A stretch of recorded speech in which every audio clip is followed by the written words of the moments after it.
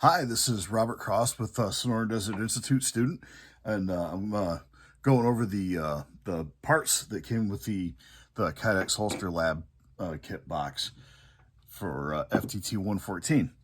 And one mistake I made is I saw they had a video on how to produce one, liked the way that looked, and I made the video before I saw that they wanted 100% of the parts that you had purchased to be shown on camera. So this will be a little bit of a makeup, and then I will take apart what I do have together and reassemble what I can without doing damage to what I've already built.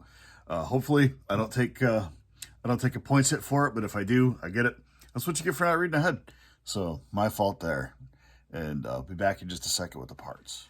Here we go. Everybody loves a good unboxing, and we'll show off some of the things they gave us for this. Let's see this. I believe I've got the tool over there, but there's a Dremel tool in here that I moved, and it comes with the extension. Rather extensive selection of bits. And again, this showed up after I'd taken some school funds that I get through the GI Bill. Now I went out and bought a Dremel tool. Maybe should have waited. Could have saved myself a little money on that. So we have a rotary tool, full kit there. We have infrared thermometer to check the surface of our Kydex while we're working that. We have a heat gun that came with some various attachments to work the material. Yeah, I took some of the stuff out of the box already and threw it away. As you can probably see behind me, I've got a fairly full shop and there's not a lot of room for extras, but you save instruction manuals. Okay. Here's our holster kit, hardware, your retention straps and bump outs and all that, rivet tools for putting that together. There's the packing list. And there's the instructions for the Wen variable speed rotary tool. It's the blue one that they sent. Oh, here it is. I was smarter than I thought. I hung it up on my stairs to keep it off the tool bench surface. Okay. Here are the 2 sheets of Kydex we were sent to work for the class. Brand new, unused. And unfortunately, the 2 sheets of foam are together. But I'll show you the 2 sheets of foam together, and then I can work backwards from there and show you what I've done.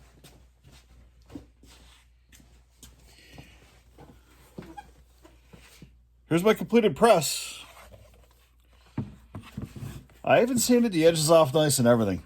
Then I went upstairs and read that I wasn't supposed to do it until this week. So as you guys could probably tell by looking at some of what I've got in the background here, I've got a fairly decent hobbyist wood shop and a decent collection of tools. So I actually didn't need to buy much of anything to get this project started. I had glue hanging around. The only thing I had to go purchase was a project piece, 3/4 inch plywood. Here's about the half of it that's left. The other half of it is made into my form. And of course I had some scrap 2x4, just some leftover pressure treated, weather treated stuff. Had the glue, had screws, I just had to go buy the hinges. So of course what I did was I cut everything to fit.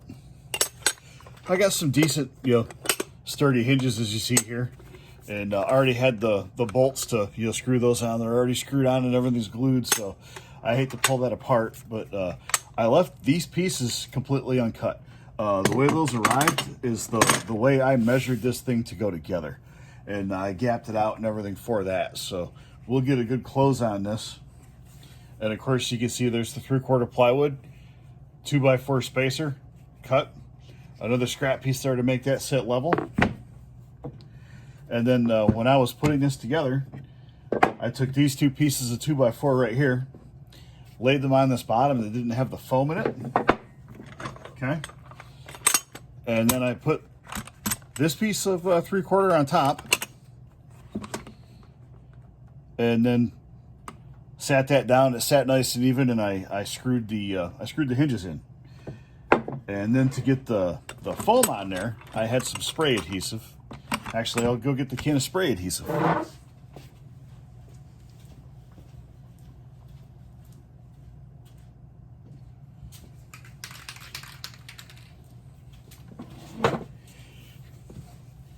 Not advertising, but there we go. Use some Loctite adhesive. It was made for wood, acrylic, carpet, laminate, polypropylene, and PVC, if you can see all that down there.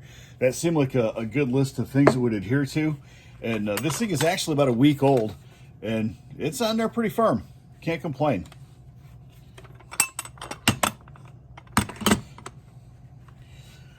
But for the sake of doing some kind of work on here, I'll screw this thing back on.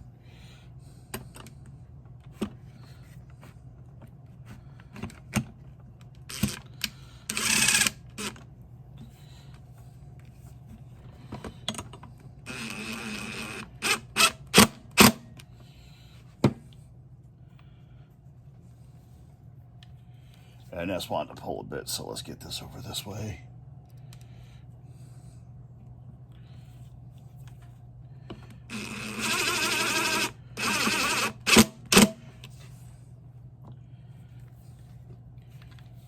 This was a rather simple project, I found.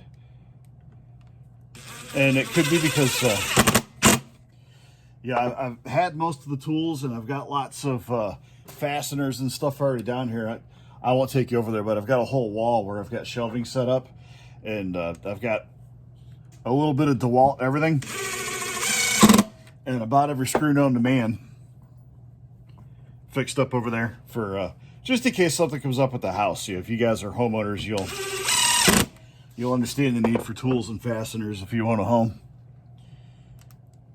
There's always a job to do. You are never done.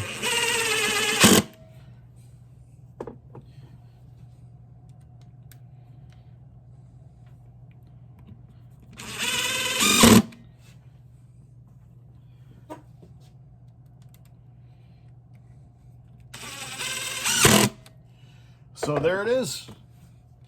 Pretty strong hinges. I mean, they really do take up quite a bit of that. And then once I had that together and had this sprayed on with this adhesive, I took some C-clamps. Let me go get the C-clamp.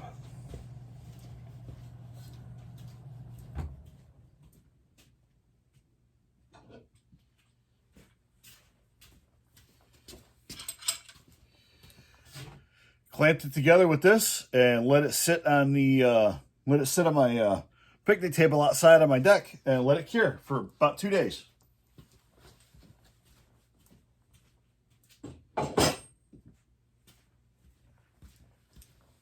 Okay.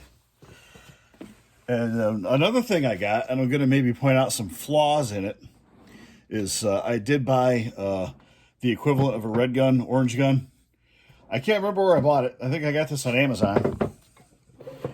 But I'll be making this Kydex holster for a Glock 17. And here's my Glock 17 that already has the trigger molded. The only issue I see is that sight rail right there. I'm going to have to get some sort of small dowel and glue that to that and make sure that holds as this process goes through.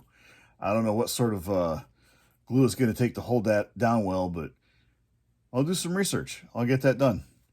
So there's my red gun, orange gun, technically. So I am ready for the Kydex.